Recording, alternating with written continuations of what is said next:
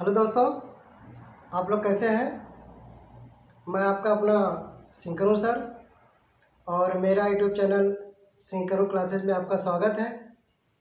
आज मैं आपको क्लास 12 का बायोलॉजी पढ़ाऊंगा और इसके अंतर्गत हम पढ़ेंगे जो हमारा चैप्टर चल रहा है मानव जनन। अध्याय 3 हम पढ़ रहे हैं मानव जनन। और मानव जनन के अंतर्गत हमने कहा कि जो मानव जनन में मुख्य रूप से लैंगिक जनन होता है। किसमें होता है, क्या होता है, लैंगिक जनन होता है। तो लैंगिक जनन को हम क्या करते हैं कि 3 स्टेप में अध्ययन करते हैं। कितने स्टेप में अध्ययन करते हैं, 3 स्टेप में। एक होता है पहला निषेचन पूर्व घटना है, दूसरा निषेचन और तीसरा होता है निषेचन पश्च घटना है। तो हम यहाँ से बात करते हैं निषेचन पूर्व घटना है। तो हम पहला स्टेप था निषेचन पूर्व घटनाएं, ठीक। दूसरा जो है स्टेप इसमें निषेचन यानी कि फर्टिलाइजेशन, और तीसरा होता है निषेचन पश्च घटनाएं, ठीक। तो इसमें 3 चीज़ें हैं।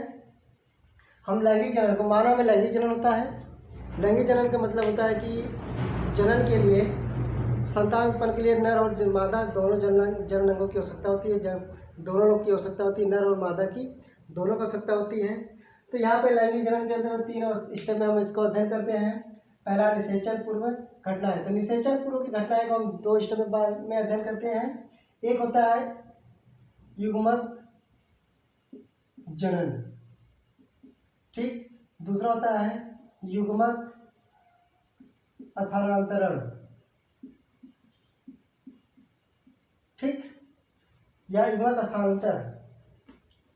युग्मक स्थानांतर। तो युग्मक जनन में क्या होता है कि हमने बताया कि लैंगिक जनन में 2 विपरीत लिंगों की आवश्यकता होती है, नर और मादा। तो जो नर होते हैं, नर में से नर युग्मक, कौन सा युग्मक, नर युग्मक, यानी कि शुक्राणु का निर्माण होता है। और मादा में क्या होता है, मादा में यानी कि पुरुष में, स्त्री में मादा युग्मक, मादा युग्मक यानी कि अंडाणु का निर्माण होता है, ठीक। अब युग्मक जनन में क्या होता है, नर युग्मक और मादा युग्मक यानी अंडाणु और शुक्राणु का निर्माण होता है। अब वो परिपक्व होते हैं, और जब परिपक्व होते हैं तब क्या होता है, युग्मक स्थानांतरण होता है। यानी क्या होता है, इसमें नर व मादा के बीच क्या होता है, संभोग क्रिया होती है। संभोग या हम कह सकते हैं मैथुन क्रिया होती है। और मैथुन क्रिया के दौरान क्या करता है कि नर अपने शुक्राणु को मादा के अंदर छोड़ता है, यौन में क्या करता है, छोड़ देता है। तो यानी क्या हो गया कि युग्मकों का स्थानांतरण, यानी कि नर युग्मक का मादा युग्मक के पास पहुंचना, यह प्रक्रिया क्या कहलाती है, युग्मक स्थानांतरण कहलाती है। तो इसको हम पढ़ चुके हैं। दूसरा जो स्टेप होता है निषेचन यानी फर्टिलाइजेशन। तो फर्टिलाइजेशन में क्या होता है कि नर युग्मक यानी कि शुक्राणु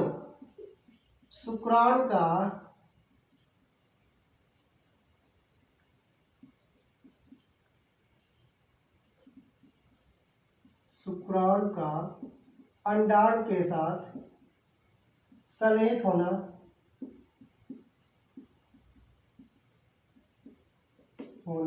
निषेचन, सन्निहित होना, इस प्रक्रिया को हम क्या कहते हैं, यानी कि शुक्राणु और अंडाणु का आपस में क्या संलयन होना, और यह प्रक्रिया क्या कहलाती है, संलयन होने की प्रक्रिया को निषेचन कहते हैं, यानी कि फर्टिलाइजेशन कहते हैं, ठीक। तो हम यहाँ तक पीछे पढ़ चुके हैं। आज हमारे जो टॉपिक है निषेचन पश्च घटनाएं, यानी कि निषेचन के बाद होने वाली घटनाएं।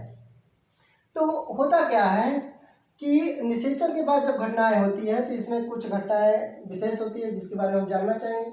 तो इसमें हम देखते हैं कि जब निषेचन पर घटनाएं होती है, जब निषेचन होता है तो यहाँ पे क्या होता है, युग्मनज,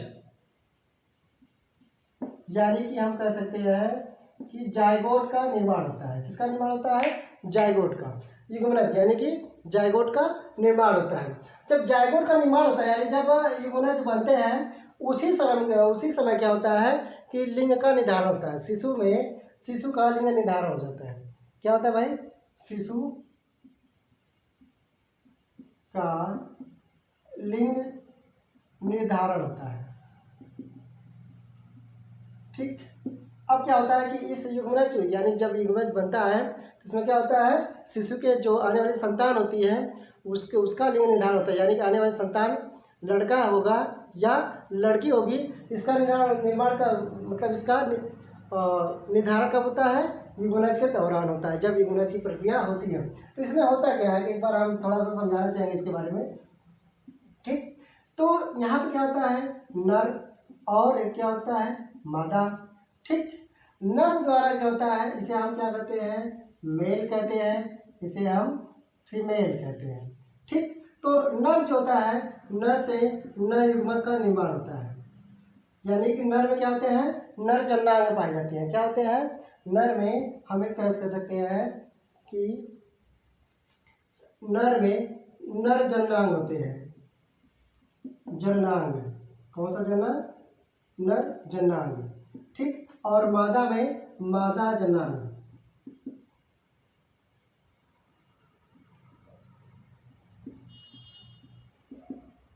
ठीक। यानी कि हम कह सकते हैं मेल रिप्रोडक्टिव ऑर्गन और फीमेल रिप्रोडक्टिव ऑर्गन। तो जब नर जननांग और मादा जननांग जब विकसित हो जाते हैं तो इसमें क्या होता है कि नर जननांग के द्वारा, नर जनन अंगों के द्वारा नर युग्मक का निर्माण होता है। नर युग्मक यानी हम मेल गैमेट कहते हैं या हम इसे कह सकते हैं शुक्राणु। ठीक। और शुक्राणु को हम क्या कहते हैं? स्पर्म। स्पर्म का निर्माण होता है, स्पर्म का। और यहाँ पे क्या होता है? जो मादा के जननांग द्वारा मादा युग्मक,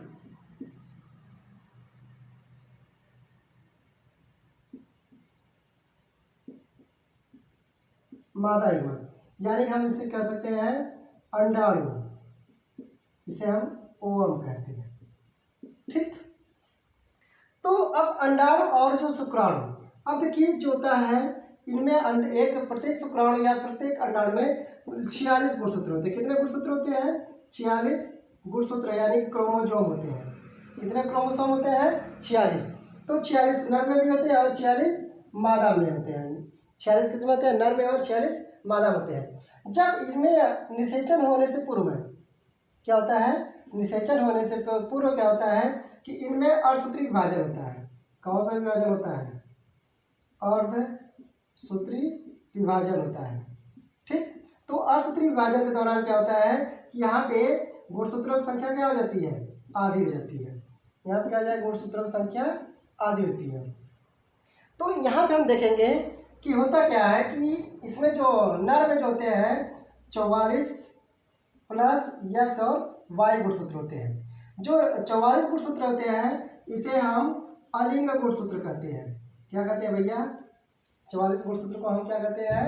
अलिंग गुणसूत्र।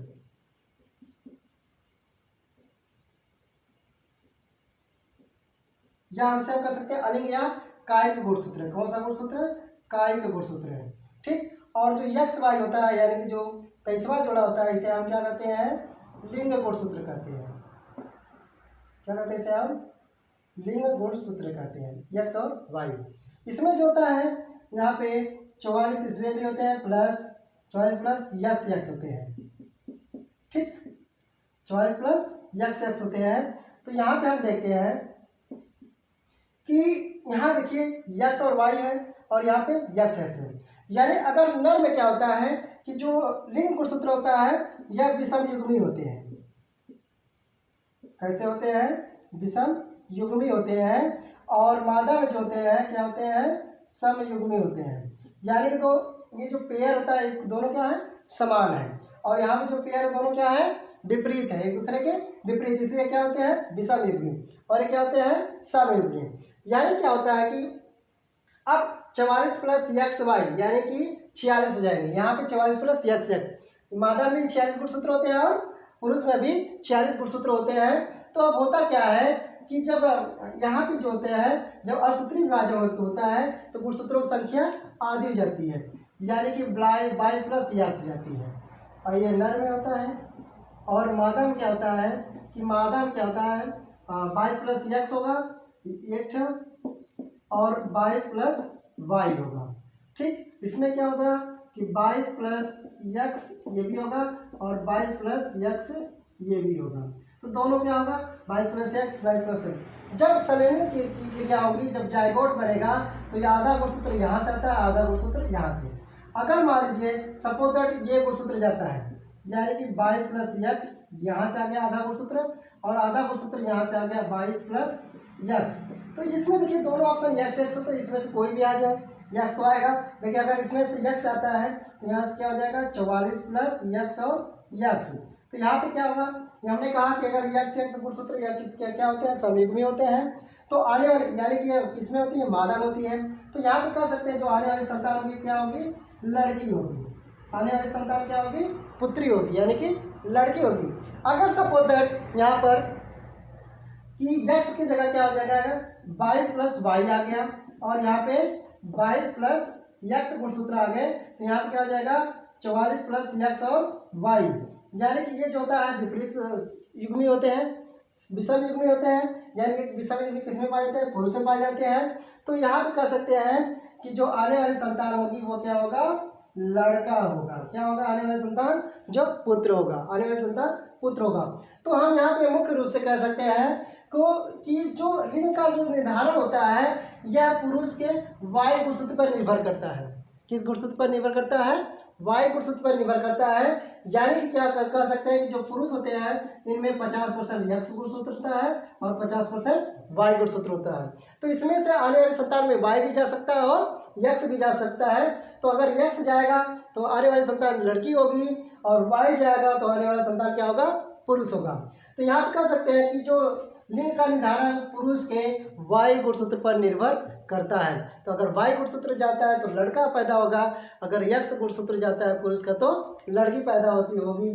तो इस प्रकार से लिंग का निर्धारण कब हो जाता है, युग्मनज के निर्माण के दौरान भी हो जाता है। ठीक, तो यह प्रक्रिया क्या गई, निषेचन पर, ये जो होता है निषेचन के बाद की प्रक्रिया हो रही है। तो ये प्रक्रिया ये आप लोग समझ लीजिए अच्छे से, फिर अगर उतारना चाहे तो आप लोग उतार सकते हैं या शॉर्ट स्किम कर सकते हैं। अब हम आगे देखते हैं इसमें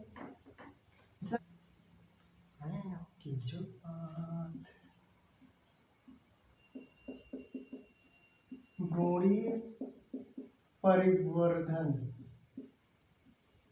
ठीक, इसे हम कहते हैं एम्ब्रियोनिक डेवलपमेंट।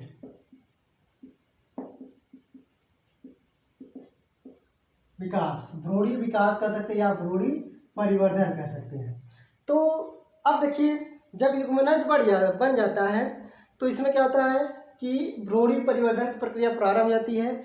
यानी कि उसमें होता क्या है कि निषेचन के बाद क्या होता है, युग्मनज में तेजी से समसूत्री विभाजन होता है। निषेचन के बाद क्या होता है, जो युग्मनज बनते हैं और इस युग्मनज में तेजी से समसूत्री विभाजन होने के कारण क्या होता है, अंततः एक पूर्ण विकसित शिशु का निर्माण गर्भाशय के अंदर होता है। तो निषेचन से लगभग अगर हम बात कर सकते हैं तो निषेचन से लगभग यानी फर्टिलाइजेशन से लगभग 8 सप्ताह तक,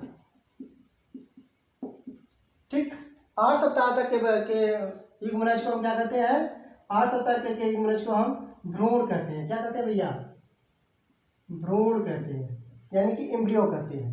क्या कहते हैं इसे हम, भ्रूण कहते हैं। तथा 8 सप्ताह से लेकर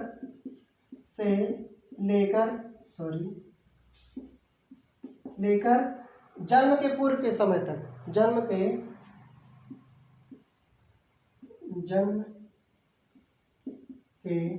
पूर्व समय तक, पूर्व काल तक, ठीक इसे हम क्या कहते हैं, इसे हम फीटस कहते हैं। क्या कहते हैं हम, पूर्व काल तक के बच्चे को हम क्या कहते हैं, फीटस कहते हैं। यानी कि फर्टिलाइजेशन यानी निषेचन क्रिया होगी। निषेचन वक्त जो जायगोट बनते हैं, जायगोट में क्या होता है, समसूत्री विभाजन होता है और वह लगातार उनमें कोशिकाओं में विकास वृद्धि होती रहती है। और ये 8 सप्ताह तक की इसे क्या कहते हैं, प्रक्रिया चलती रहती है और एक भ्रूण का निर्माण होता है। तो यह क्या बनता है, भ्रूण बनता है। अब 8 सप्ताह के बाद से लेकर जन्म के पूर्व काल तक, यानी कि जन्म के पूर्व तक के को हम क्या कहते हैं, भ्रूण। भ्रूण को हम क्या कहते हैं, जन्म के पूर्व काल के भ्रूण को हम क्या कहेंगे भैया, फीटस कहते हैं। क्या कहते हैं इसे, हम फीटस कहते हैं। ठीक, इसे हम फीटस कहते हैं। ठीक, अब क्या हो गया, फीटस जो होता है, फीटस से लेकर, ठीक, और मतलब फीटस होता है, यहाँ पे क्या कर सकते हैं, यानी कि जो पूर्व जन्म के पूर्व, अब जन्म हो गया इसका, अब जन्म से लेकर क्या कर सकते हैं, जन्म से लेकर 1 साल तक के बच्चे को हम क्या कहेंगे, बच्चे को क्या कहते हैं, हम शिशु कहते हैं। क्या कहेंगे, शिशु, यानी इसे हम इन्फेंट कहते हैं। क्या कहते हैं, शिशु कहते हैं। और यहाँ पे बातें समझ में आ रही हैं, यानी कि निषेचन से लेकर 8 सप्ताह तक को हम क्या कहते हैं, जो इग्मनज होता है उसे हम भ्रूण कहते हैं। और भ्रूण यानी 8 सप्ताह के बाद, यानी जन्म के पूर्व तक के काल को हम क्या कहते हैं, जो भ्रूण होता है उसे हम फीटस कहते हैं। तो जो पूर्व काल के भ्रूण को क्या लिखता हूँ, भ्रूण को क्या कहेंगे, हम फीटस कहते हैं। अब देखें यहाँ से कि जन्म से लेकर 1 साल तक के बच्चे को हम क्या कहते हैं, शिशु कहते हैं, यानी कि इन्फेंट कहते हैं। इन्फेंट कहते हैं, क्या कहते हैं, जन्म से लेकर 1 साल के बच्चे को हम शिशु या इन्फेंट कहते हैं। जबकि इस प्रक्रिया को असल रूप से हम क्या कहते हैं, जन्म पूर्व काल का विकास कहते हैं। इस प्रक्रिया को क्या कहते हैं, जन्म पूर्व काल का विकास कहते हैं, यानी कि इसे परिवर्धन कहते हैं। तो भ्रूणी परिवर्धन की जो कुछ प्रवस्थाएं होती हैं, किस प्रकार इनमें भ्रूणी परिवर्धन की यह प्रक्रिया किस प्रकार होती है, यह कुछ प्रवस्थाओं के दौरान से होकर गुजरती है। तो देखते हैं कौन कौन सी प्रवस्थाएं होती हैं इसके दौरान, यानी कि शिशु के बनने के दौरान के बीच में, यानी फर्टिलाइजेशन से लेकर शिशु बनने के बीच की जो क्रिया होती है, कौन कौन सी कुछ प्रवस्थाएं होती हैं इनमें, देखते हैं कौन कौन सी प्रवस्थाएं होती हैं। एक यानी भ्रूणी परिवर्धन की प्रवस्था या प्रवस्थाएं, ठीक, तो हम लिख सकते हैं कि फेजेस ऑफ एम्ब्रियोनिक डेवलपमेंट, यहाँ पर हम लिख सकते हैं फेजेस ऑफ एम्ब्रियोनिक डेवलपमेंट। तो फेजेस ऑफ एम्ब्रियोनिक डेवलपमेंट यानी भ्रूणी परिवर्धन की प्रवस्थाएं, पहली प्रवस्थाएं जो होती है इसमें हमने बताया कि विदलन, पहली प्रवस्था क्या होगी, विदलन यानी या विखंडन,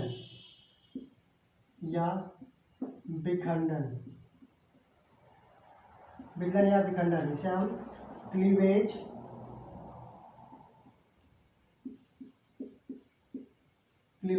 और सेगमेंटेशन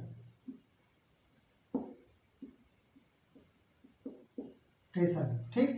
दूसरी जो प्रवस्था होती है, दूसरी प्रवस्था को हम क्या कह सकते हैं, मोरुला कहते हैं। मोरुला, दूसरी प्रवस्था को हम क्या कहते हैं, मोरुला कहते हैं। इस प्रवस्था इसे हम क्या कहते हैं, मोरुला, ठीक। तो विखंडन या विदलन, यानी कि हम विदलन या विखंडन किसे कहते हैं, यानी कि युग्मनज का बारंबार विभाजन होना, क्या कहलाता है, विखंडन या विदलन कहलाता है। युग्मनज का बार बार यानी बारंबार क्या होना, लगातार विभाजन होने की प्रक्रिया को हम क्या कहते हैं, विदलन या विखंडन कहते हैं, ठीक। दूसरा क्या है कि मोरुला, मोरुला क्या होता है कि मोरुला एक क्या होता है कि समान ब्लास्टोमियर्स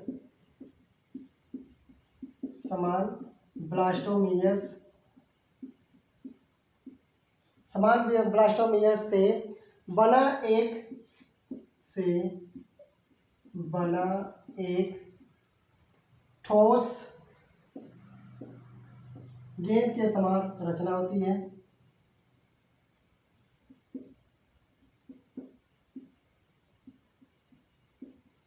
समान रचना होती है जिसे हम क्या कहते हैं, मोरुला कहते हैं, ठीक। ये क्या होता है, एक बॉल के ठोस बॉल के समान एक क्या होती है, संरचना होती है। यानी कि रचना का निर्माण होता है, रचना का निर्माण होता है, रचना का निर्माण कह सकते हैं। यानी कि समान ब्लास्टोमेयर से बना एक ठोस गेंद के समान रचना का निर्माण होता है। इस प्रक्रिया को हम क्या कहते हैं, मोरुला कहते हैं। तो ब्लास्टोमेयर्स क्या होता है कि यानी कि क्या होता है, जब समसूत्री विभाजन होता है युग्मनज का, जो उनके अंदर जो कोशिकाएं होती हैं, बनती हैं, उन कोशिकाओं को क्या कहते हैं, ब्लास्टोमेयर्स कहते हैं। क्या कहते हैं, ब्लास्टोमेयर्स कहते हैं। तीसरा इसमें स्टेप होता है, तीसरा मुख्य रूप से स्टेप होता है ब्लास्टुला। ब्लास्टुला का बनना, फॉर्मेशन ऑफ ब्लास्टुला। चौथा जो होता है गैस्ट्रुलेशन।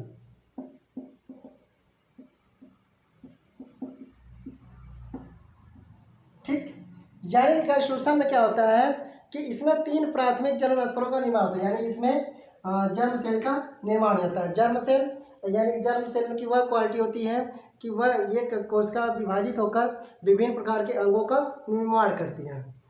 ठीक है, यह कोशिका जो जर्म सेल होती है, यह क्या होता है, यह कोशिका विभाजित होकर विभिन्न अंगों का, हमारे अंदर जो बॉडी के अंदर जो है अलग अलग उसमें एम्ब्रियो प्रॉपर उसे हम कहते हैं, एम्ब्रियो प्रॉपर का के भांति कार्य करती हैं। ठीक, और पांचवा जो होता है, पांचवा जो प्रक्रिया है उसे हम वाय भ्रूण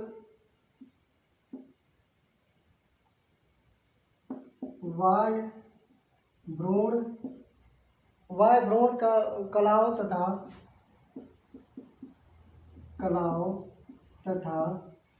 प्लेसेंटा का निर्माण।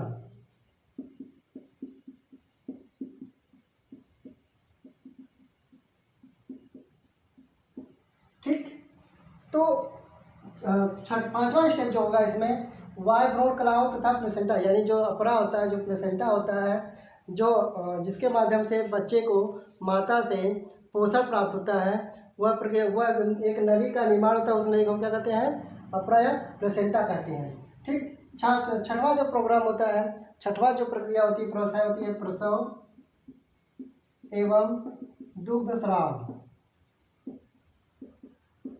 ठीक, तो ये सब क्या है, विभिन्न प्रवस्थाएं होती हैं। यानी कि गर्भाशय में एक गर्भ का विकसित होने में जो जो प्रवस्थाएं होती है भ्रूणी परिवर्धन में, वह सब प्रवस्थाएं यही है। यानी विदलन या विखंडन, मोरुला, ब्लास्टुला का बनना, गैस्ट्रुलेशन, वाय भ्रूण कलाओं तथा प्लेसेंटा का निर्माण, प्रसव या दूध का स्राव। तो यह प्रक्रिया निम्नवश है। अब हम देखते हैं एक एक प्रक्रिया की तरफ से हम देखते हैं। तो हम पहला प्रक्रिया को हम टॉपिक के देखते हैं। इसमें पहला टॉपिक क्या है, तो हम पहले टॉपिक पे बात करेंगे हम। तो विखंडन, विदलन या विखंडन। तो विदलन या विखंडन हम मनुष्य में जो होता है भ्रूणी विकास में के निर्माण में मुख्य प्रवस्थाएं पाई जाती हैं। तो इसमें जो होता है, पहला हम बात करते हैं विदलन या विखंडन। विदलन या विखंडन यानी क्लीवेज और सेगमेंटेशन। क्या होता है, क्लीवेज और सेगमेंटेशन। तो इस प्रक्रिया में क्या होता है कि युग्मनज में होने वाले लगातार युग्मनज में होने वाले समसूत्री विभाजन को हम क्या कहते हैं, विदलन या विखंडन कहते हैं। यानी युग्मनज में होने वाले समसूत्री विभाजन को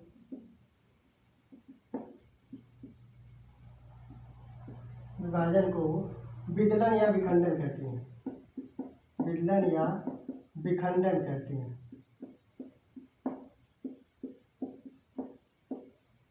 युग्मनज में होने वाले समसूत्री विभाजन को विदलन या विखंडन कहते हैं। ठीक, विदलन या विखंडन कहते हैं। तो इसमें क्या होता है, कोशिकाओं की संख्या में वृद्धि होती है। अब क्या होता है कि जब विदलन या विखंडन होता है तो इसमें कोशिकाओं की संख्या में वृद्धि होती है। जैसे अगर हम बात करते हैं मानव में, मानव के अंडे में विदलन, तो जैसे हम टॉपिक इसमें एक ले लेते हैं, मानव के अंडे में विदलन।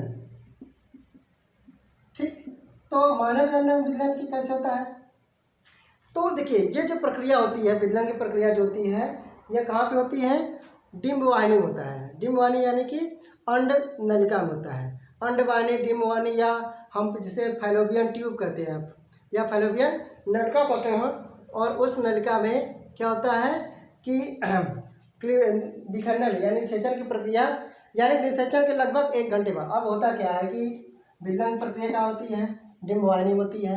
अब डिम्ब वाहिनी, अब देखिए यहाँ पे निषेचन हमने बताया, जो निषेचन कहाँ पे होता है, जो निषेचन होता है जैसे मान लीजिए जो भ्रूण होता है, भ्रूण जो गर्भाशय होता है, और गर्भाशय में जो एक अंडवाहिनी यानी कि फैलोपियन ट्यूब होता है, फैलोपियन ट्यूब में एक भाग होता है जिसे हम इस्थमस और संकीर्ण पथ, और एक क्या कहते हैं, इसे हम एम्पुला कहते हैं। इस्थमस और एम्पुला के बीच में एक जंक्शन होता है, और उसी जंक्शन के पर शुक्राणु और अंडाणु आपस में मिलकर संलयनित होते हैं, और इस प्रक्रिया को हम क्या कहते हैं, निषेचन कहते हैं। तो निषेचन की प्रक्रिया मुख्य रूप से कहाँ पे हो रही है, एम्पुला और इस्थमस के बीच का जो जंक्शन होता है उस स्थान पर होता है, यानी कि अंडवाहिनी में होता है। तो अंडवाहिनी के इस्थमस के गर्भाशय की ओर अब क्या होता है कि निषेचन के अब इस प्रक्रिया में क्या होता है, मानव में जब निषेचन प्रक्रिया हो जाती है तो 1 घंटे बाद क्या होता है, विदलन प्रारंभ हो जाता है। निषेचन के, यानी हम कह सकते हैं निषेचन के 1 घंटे बाद क्या होता है, विदलन प्रारंभ हो जाता है। क्या होता है, विदलन 1 घंटे बाद अंडवाहिनी के, ठीक। यह प्रारंभ कहाँ पे होता है, विदलन प्रक्रिया कहाँ पे प्रारंभ हो रही है, इस्थमस यानी निषेचन प्रक्रिया कहाँ हो रही है, इस्थमस और एम्पुला, एम्पुला के बीच जो जंक्शन होता है उसी जंक्शन पर यह निषेचन क्रिया होती है, यानी अंडवाहिनी होती है। अब अंडवाहिनी में क्या होता है कि जब ये प्रारंभ होता है तो विदलन की प्रथम अवस्था में क्या होता है कि मान लीजिए यह क्या है,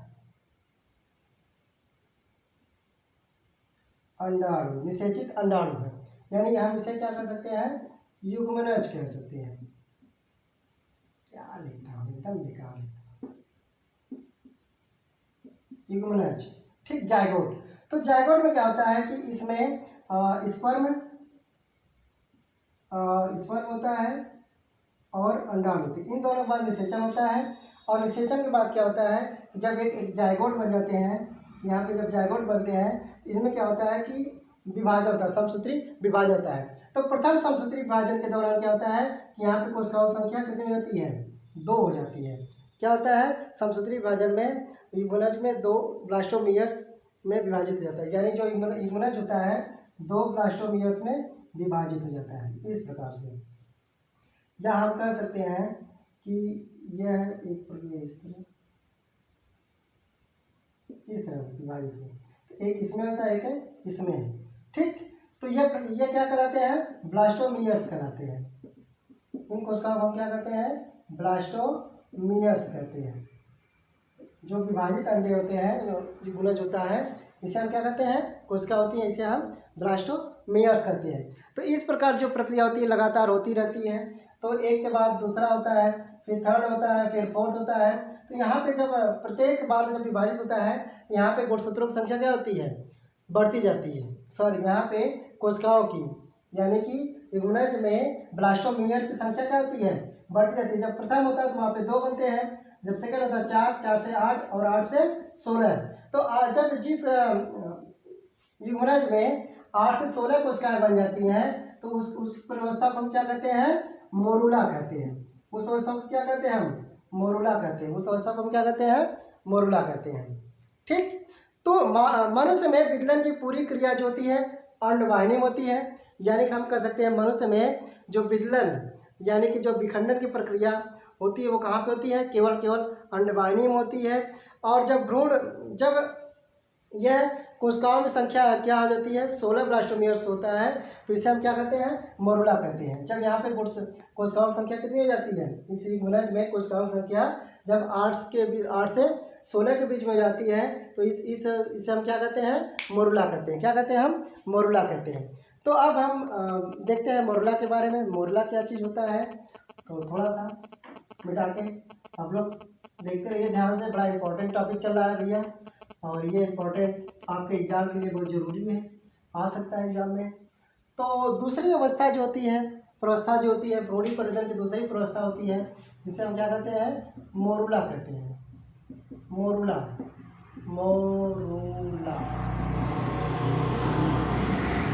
क्या कहते हैं, मोरुला कहते हैं। तो मोरुला में क्या होता है कि अब देखिए, मोरुला 16 सेल की बनी एक ठोस रचना होती है। मोरुला क्या होती है, 16 कोशिकाओं की बनी, 16 कोशिकाओं की बनी एक ठोस क्या होती है, रचना होती है, एक ठोस रचना होती है। जो मोरुला होता है 16 कोशिकाओं की बनी क्या होती है, एक ठोस रचना होती है, जिनका आकार युग्मनज के बराबर ही होता है। और जिसका आकार क्या होता है, जिसका आकार युग्मनज के बराबर होता है। ठीक है, मतलब इसके आकार में परिवर्तन नहीं होगा। जो युग्मनज होगा इसके आकार में, जायगोट के आकार में परिवर्तन नहीं होगा, लेकिन इसके अंदर जो कोशिकाओं की संख्या क्या होती है, उसमें वृद्धि होगी। यानी कि बात करें, जैसे हम युग्मनज इतना बड़ा है, ठीक, ये पहले से अपनी अवस्था में बना हुआ है आकार में, और इसमें जो है अंदर विघटन की प्रक्रिया हो रही है, विकर्ण की प्रक्रिया हो रही है, और इसमें जो होते हैं कोशिकाएं क्या होती हैं, तेजी से विभाजित हो रही है। कोशिकाएं क्या हो रही है, विभाजित हो रही है, और विभाजित होकर क्या बनाती हैं, ब्लास्टोमियर्स यानी कि कोशिकाएं बनाती हैं। ठीक है, ब्लास्टोमियर्स बनाती हैं। तो इस प्रकार से यहाँ पे यानी कि इसके आकार में कोई वृद्धि नहीं होती, लेकिन कोशिकाओं की संख्या में वृद्धि होती है। यानी इसमें जो कोशिकाएं होती हैं इनके संख्या में क्या हो रही है, लगातार वृद्धि हो रही है। किसके दौरान हो रही है, समसूत्री विभाजन क्रिया के दौरान इनके कोशिकाओं में लगातार वृद्धि हो रही है, लेकिन इसके आकार में वृद्धि नहीं हो रही है। अपने आकार में आकार जो होता है इसका युग्मनज का बराबर ही होता है, उसका आकार क्या होता है, बराबर होता है। तो इसमें क्या होता है कि जब इसमें जो प्रक्रिया, इसका निर्माण जो होता है निषेचन के बाद, लगभग यह प्रक्रिया निषेचन के लगभग 3 से 4 दिन तक जो होता है, दिन में होता है प्रक्रिया। इसको यानी कि युग्मनज से यानी कि मोरुला का बनने की जो प्रक्रिया होती है, यह कितने दिन में बन जाता है, 3 से 4 दिन का समय लगता है इसकी मोरुला बनने की प्रक्रिया। यानी युग्मनज से मोरुला बनने के का जो समय होता है वह कितना लग जाता है, 3 से 4 दिन लगता है। तो इस समय क्या होता है, मोरुला 2 भागों में बढ़ जाता है। अब क्या होता है कि इस समय जो होता है मोरुला कितने भागों में बढ़ जाता है, 2 भागों में बढ़ जाता है। और इसमें से जो होता है 2 भाग होते हैं। तो यहाँ पे हम बात करते हैं, ये डायग्राम बना रहे हैं, ये मोरुला का, थोड़ा सा हम बड़ा बना के देखते हैं। इसमें ये जोना पेलुसिडा है, और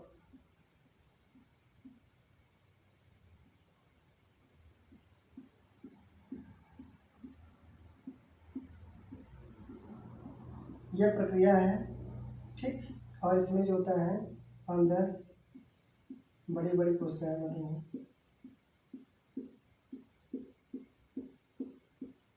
ठीक, तो इसे हम क्या कहते हैं,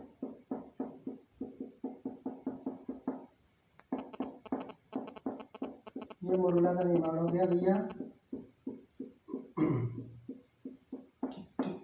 ठीक हो गया, ठीक। ये इसे हम क्या कहते हैं, जोना पेलुसिडा कहते हैं। ठीक है, यानी कि जो भ्रूण होता है, सॉरी अंडाशय का जो बाहरी आवरण है वह बना हुआ रहता है। ये खत्म नहीं तो ये लगातार बना होता है। ठीक, ये जो लेयर होती है इसके 2 भाग हो जाते हैं। एक होती है बाह्य कोशिका संहति, क्या बोलते हैं इसे हम, बाह्य कोशिका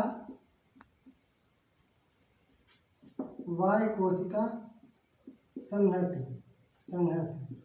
ठीक, इसे हम बोलते हैं आउटर सेल मास। इसे हम क्या कहते हैं, आउटर सेल मास। ठीक, और अंदर की जो कोशिका होती हैं इसे हम क्या कहते हैं, आंतरिक या हम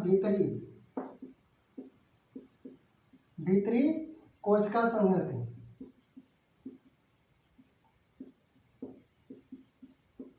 भीतरी कोशिका संहति, तो इसे हम बोलते हैं इनर सेल मास। ठीक, इनर सेल मास और आउटर सेल मास। तो जो आउटर सेल मास होते हैं वह जो होते हैं, यह जो होता है आगे चलकर प्लेसेंटा का निर्माण करता है। वाय कला, भ्रूण का जो वाय कला बनाता है या फिर प्लेसेंटा का निर्माण करता है। और यह जो होता है अंदर की जो कोशिकाएं होती है, भीतरी जो कोशिकाएं होती हैं, यह एम्ब्रियो प्रॉपर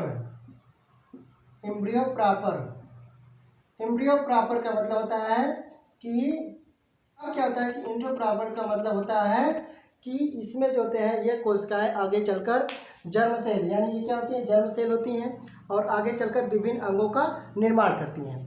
ठीक, तो इस कोशिकाओं के समूह से भ्रूण के विभिन्न अंग का निर्माण होता है। ये जो भीतरी कोशिका संघनन होता है, इनर सेल मेम्ब्रेन मास होता है, इसके समूह से क्या होता है कि जो भ्रूण के अंदर जो होता है विभिन्न अंगों का निर्माण होता है। यानी जब धीरे धीरे बच्चा बड़ा होता है तो उसमें हार्ट बनते हैं, लीवर बनते हैं, आँख, नाक, कान, गला, तो जो जितने भी विभिन्न अंग हैं उनका निर्माण क्या होता है, इन्हीं कोशिकाओं के द्वारा होता है। और जो बाहरी कोशिकाएं होती हैं ये जो होती हैं मुख्य रूप से बाह्य कला या मुख्य रूप से कह सकते हैं कि प्लेसेंटा का निर्माण करता है। तो निषेचन के लगभग 6 से 7 अब क्या होता है कि ये जो होता है निषेचन से लगभग 4 से 6 दिन बाद कहाँ पहुँच जाता है, गर्भाशय पहुँच जाता है।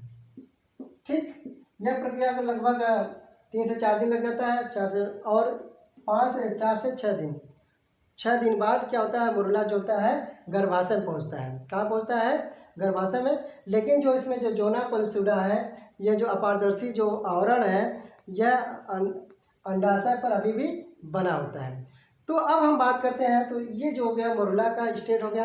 अब हम अगला स्टेज की बात करते हैं। इसमें हम तीसरा स्टेज देखते हैं भैया। इसे हम आप लोग शार्ट ले लीजिएगा, इसका स्क्रीनशॉट कर लीजिएगा।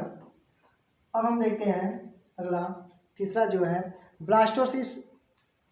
तीसरा स्टेप है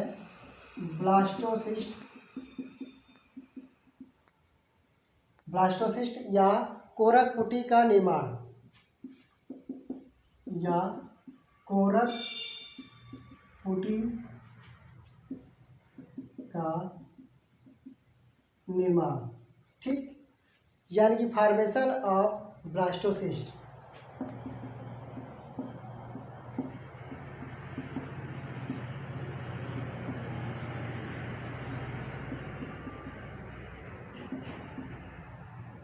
फॉर्मेशन ऑफ ब्लास्टोसिस्ट।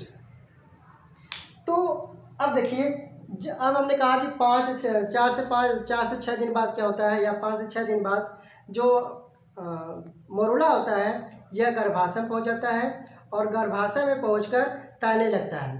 गर्भाशय में पहुंचकर द्रव होता है उसमें यह पहुंचकर क्या करता है, तैरने लगता है।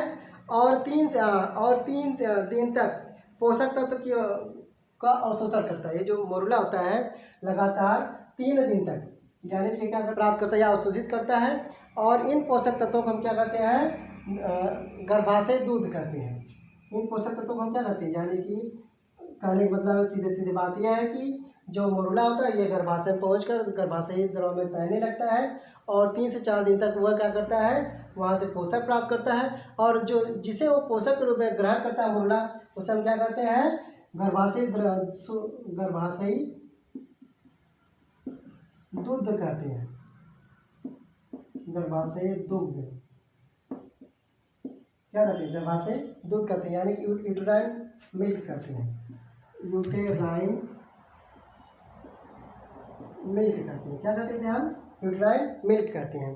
ठीक, इस बीच कोशिकाएं क्या होती हैं, अब क्या होता है, अभी भी ये जो मोरुला होता है जब ये गर्भाशय में पहुंच जाता है फिर भी इन कोशिकाओं में क्या होता है, समसूत्री विभाजन होता रहता है। इन कोशिकाओं में क्या होता है, लगातार समसूत्री विभाजन होता है, यानी कि और इसकी संख्या में वृद्धि होती रहती है। किसकी संख्या में वृद्धि हो रही है, जो ब्लास्टोमियर्स होते हैं, जो कोशिकाएं होती हैं जो यूबोनज के अंदर, उनमें क्या होता है, इनकी वृद्धि होती है। भ्रूण की इस अवस्था को हम क्या कहते हैं, ब्लास्टोसिस्ट कहते हैं।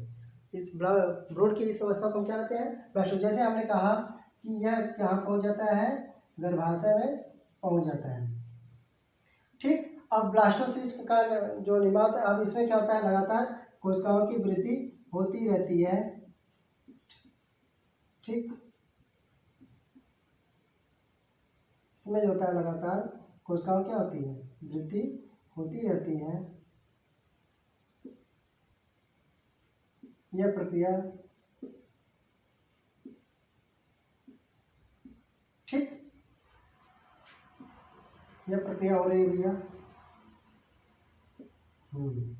अब इसमें हम क्या कर सकते हैं कि यह जो होगी यह क्या बन गई, ब्लास्टोसिस्ट। तो इसमें देखिए जो बाहर की ओर होती है इस तरह होती है, इस तरह बनी होती है। सॉरी, थोड़ा सा गड़बड़ हो गया मामला।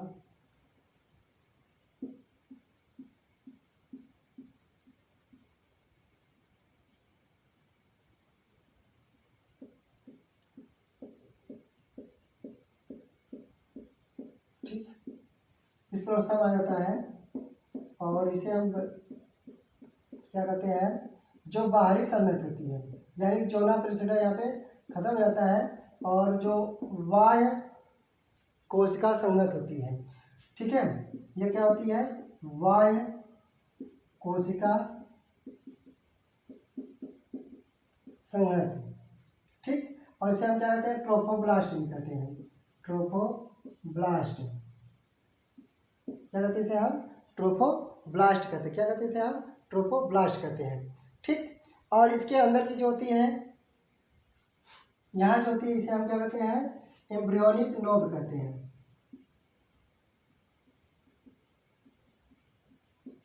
ठीक, यानी कि भ्रूणीय घुंडी कहते हैं इसे हम क्या कहते हैं, जो सब उपस्थित होते हैं अब इन्हें हम क्या कहते हैं, भ्रूणीय घुंडी कहते हैं, ठीक। और ये जो खाली स्थान होता है इसे हम क्या कहते हैं, ब्लास्टोसील कहते हैं,